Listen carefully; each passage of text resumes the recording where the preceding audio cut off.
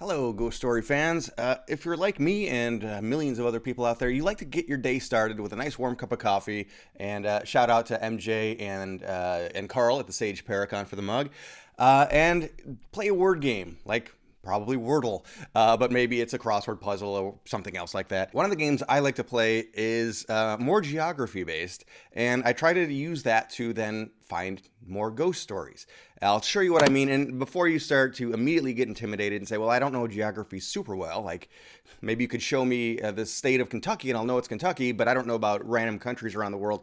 I'll show you how I play, because I am not an expert at this.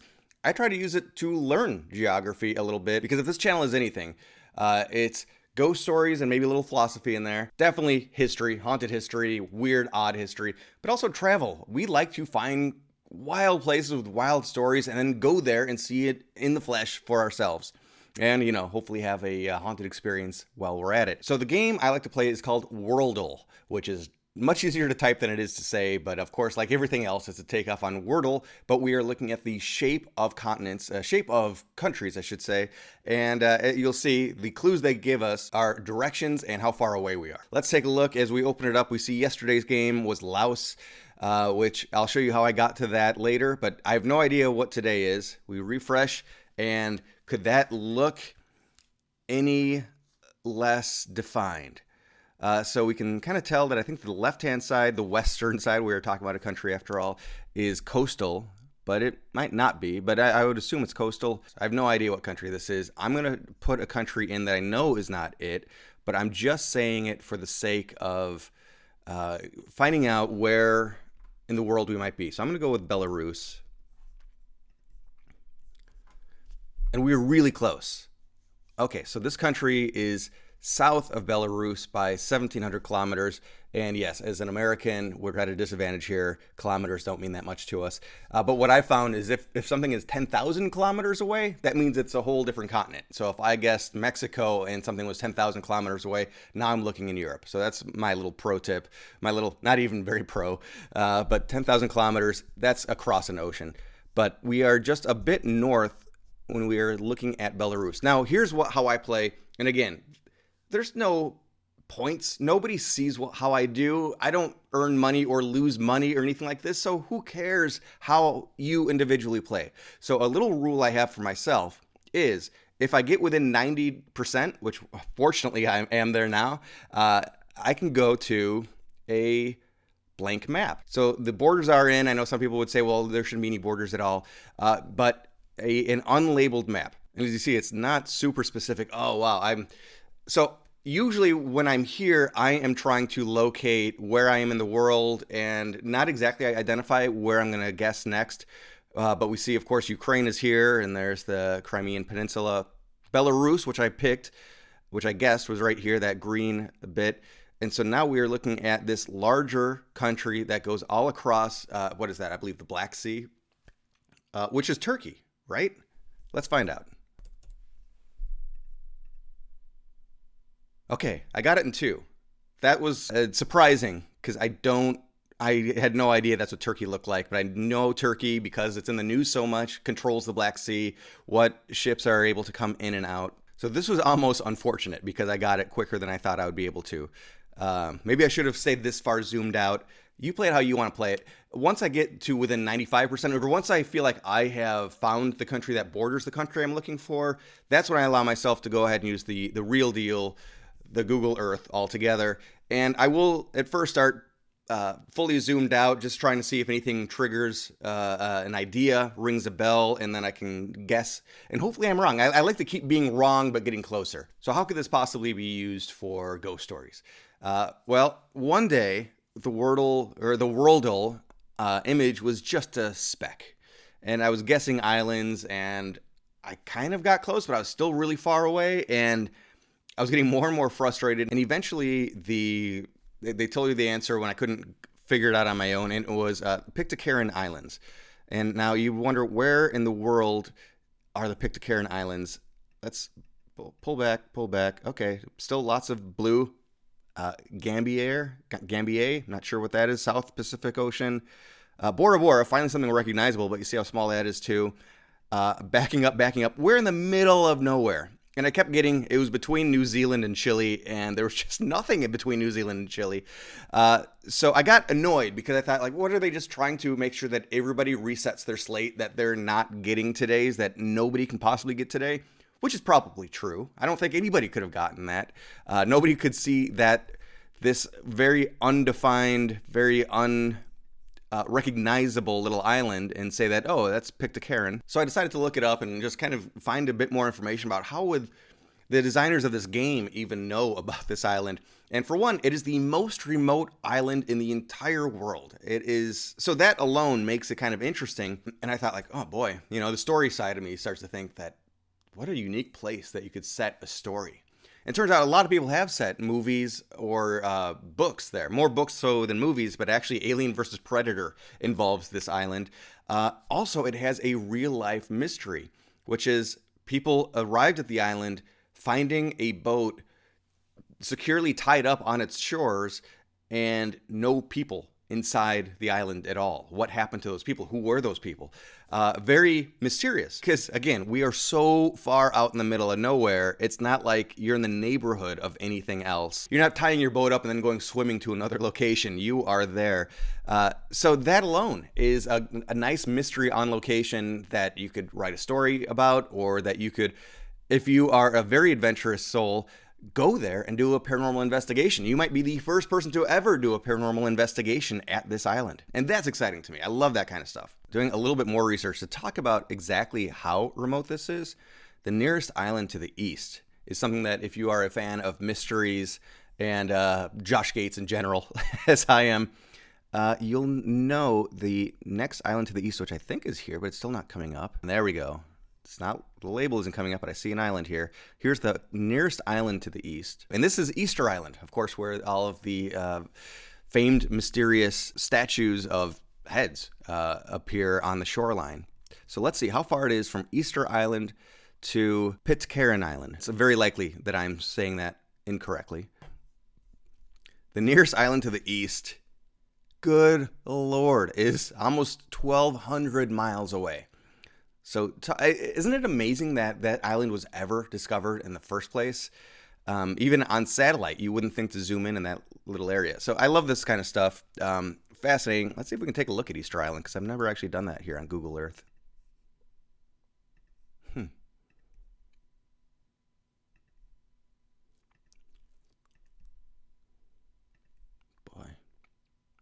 that's a neat picture. So even down here, where we're not seeing too many images of the statues, the famed statues, there are signs. I mean, there's a statue there. But yeah, there are signs of old civilization there, which is pretty neat to see, because you only ever hear about the statues. And they are, as far as that might be a toppled one, they are overlooking the ocean. There we go. Like, that's what you expect. Oh, wow, look at that stone circle. Ancient shelter of some sort.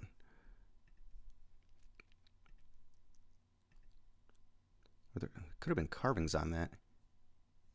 Can't tell, but there could be some carvings on those stones. I would love to go here sometime. Yeah, more toppled ruins. Can we see the statues? Are there little three-dimensional renderings of them? The answer is no. Sadly, no. So we have to actually go there. So maybe we can get some sort of a travel plan together. We can go in a bulk group, because I bet a lot of us would love to see this in person. I know I'm fascinated by this story and the location in general. Again, so remote. This is technically part of Chile.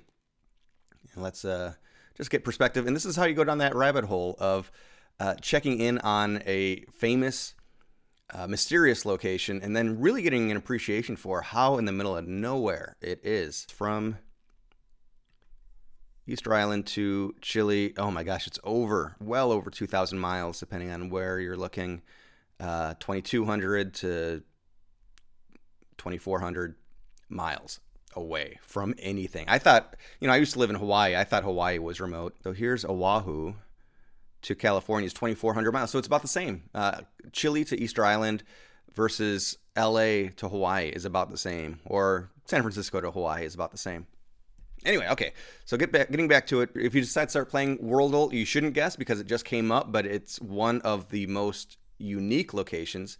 Is a country called Mauritania, and that is this huge deserty country in this part of northwestern Africa. Of course, we have Morocco up here.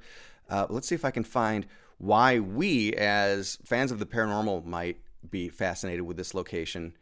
And I don't know if I've tried to do this on Google Earth before, so we're doing a lot of fun looking around here.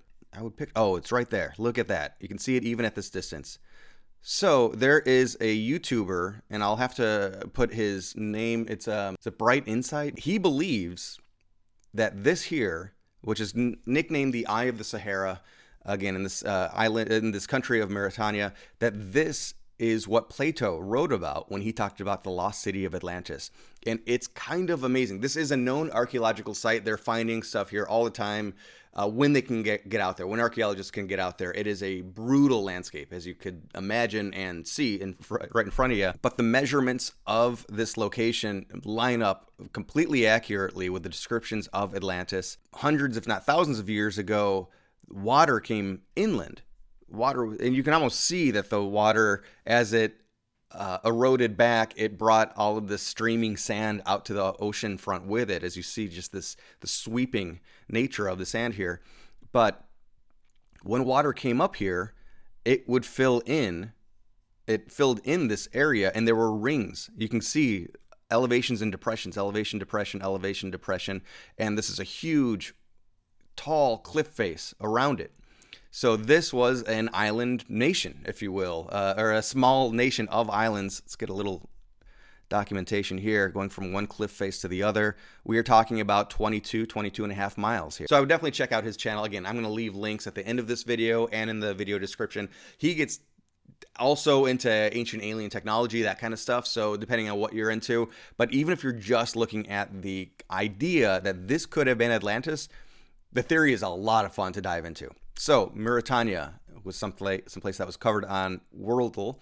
So last week on Worldle, one that I didn't cross the finish line on this one. I got very close, but I just couldn't quite get there. It was Slovenia, which again, I can blame it on my ignorance as an American that I don't know exactly where everything is.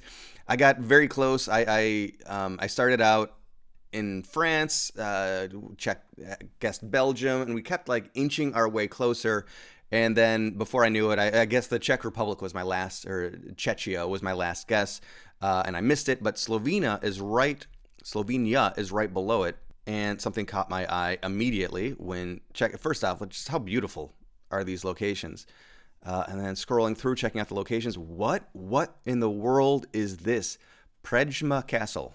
Predjama Castle. So you go down the rabbit hole, you do a little bit more research, and we are talking about a castle that is built in the mouth of a cave. Castle was first mentioned in 1274. And again, there's legends behind it, of course. Castle became known as the seat of the Knight of Erasmus of Liege, lord of the castle, 15th century, and renowned robber baron. So this guy was not a good guy that owned this building.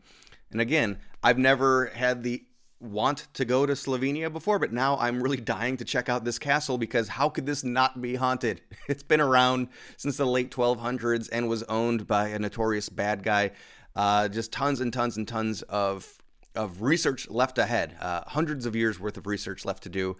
What a unique location I'd never heard of before. And you feel like, as somebody that sits around like I do, watches Expedition Unknown, Destination Truth, a lot of these other travel mystery type of shows, and you start to see things like, okay, the Island of the Dolls in Mexico, that was checked out by Ghost Adventures, by Destination Truth, by 15 other shows I've seen. So what once seemed like a faraway, mysterious place is now visited over and over and over again. Some of the mystery, some of the excitement about it is gone. And I also assume that since so many shows are covering it, we must be out of interesting places in the world to visit and investigate and explore. And then you see stuff like this and you get reinvigorated that, wow, there's stuff out there that nobody has covered before. I shouldn't say nobody's covered before, but I've never seen this covered before. So, hey, that gives me the opportunity to go and check it out for myself too. Oh, I was going to sign off, and I remember that there's one other location that, again, I still have to just begin investigating, and that is a country that I believe is pronounced, again, I don't even know the pronunciation exactly, but Benin, which is in Africa, in Western Africa also. It's not too far in the grand scheme of things from Mauritania.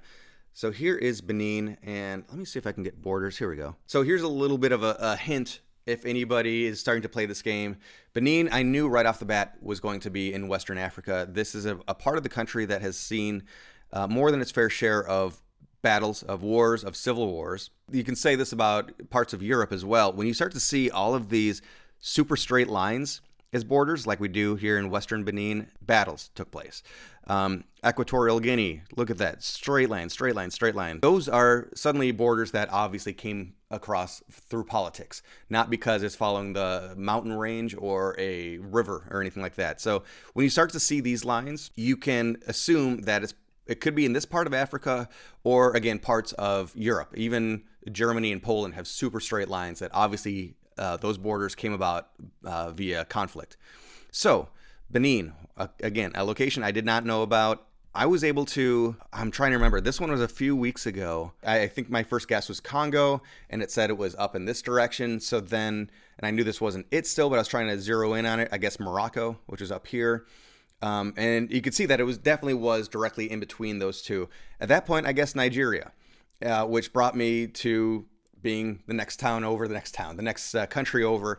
And at that point, that's when I started to use maps. I'd never even heard of the country of Benin, but I felt good that I've been doing this for a while, and now I could start to piece together this continent that I really was not super familiar with. I mean, I knew South Africa, I knew a bit, Kenya, Uganda, I knew Ethiopia. Somalia, of course, is this cornered one. Again, just because I'm old enough to have lived through the Somali crisis back when I was in high school. And of course, there's a lot of Somalians that live up in Minnesota, where I spent a lot of time. But I'd never heard of Benin. Figured now that I know what it looks like, a stalk of broccoli, kind of, and I know where it is in the world, let's learn a little bit about it. French-speaking West African nation, birthplace of voodoo. Again, if you're a ghost story fan, I should know what Benin is, where it is. The birthplace of voodoo, and home to the former Dahomey Kingdom from 1600 to 1900. I could be mispronouncing here, but Abomey, Dahomey's former capital, the historical museum occupies two royal palaces with bas-reliefs recounting the kingdom's past and a throne mounted on human skulls. I love the wonder and amazement that our world has, whether it's natural, whether it's animals, or just, still understanding humanity as a whole. And so I don't like to dwell on the dark, but there's some dark stuff going on here. And we know voodoo isn't evil, but of course, it's been depicted in such a way. It is still interesting to find out the background of it, and I have actually never looked up the throne mounted on human skulls. Of course, national park to the north offers safaris with elephants, hippos, and lions. Oh man, so yeah, definitely dark history again. Kingdom founded in 1625 by the Fawn people, who developed into a powerful military and commercial empire, dominated trade with European slave traders on the slave coast until the 19th century, to whom they sold their prisoners of war. Yikes. So this is a place worth remembering, even though there's definitely a lot of darkness here. Maybe I shouldn't have ended the video here. But it's important to remember what we have all lived through, what humanity has lived through, I should say, and what certain peoples have had to exist through. Still looking for that throne that I had mentioned, but here is a voodoo altar. Oh my gosh. Here we go. Wow. They weren't messing around.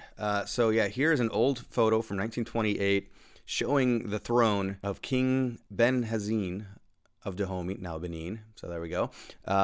Erected on the skulls of enemies. And so this still exists and is on display. 4 skulls. I found photos of this in close-up and it didn't make any sense, but now you see that it is not exactly the most comfortable throne to be sitting on. You think of a throne, you think the big armrest, very comfy. This is, I don't even know if would 4 skulls support the weight of a person on top. And it almost looks like an Olympic podium, a very macabre Olympic podium. Skulls are cool, but there's no back support. Yeah, my take, exactly. Let's go back to the beautiful image of the castle. Anyway, so this is Worldle. I hope you guys take the time to check it out. And again, it's not about getting the right answer. It's about learning about places in the world. And, we're pretty much out of the pandemic. We're not totally out of the pandemic, but travel has been difficult for a lot of us for a long time now, and I'm excited to go see the rest of the world in the meantime. And also, I've been waiting and waiting and waiting. When's the next season of Expedition Unknown going to come out? Give me my fix. But until then, we can play the game Worldle and maybe learn a little bit more about our fascinating and haunted planet. Thanks for watching. I'll be back soon with another installment of haunted filming locations and another episode of the Fantastic Story Society. Until I see you next, I always want to know, what's your ghost story?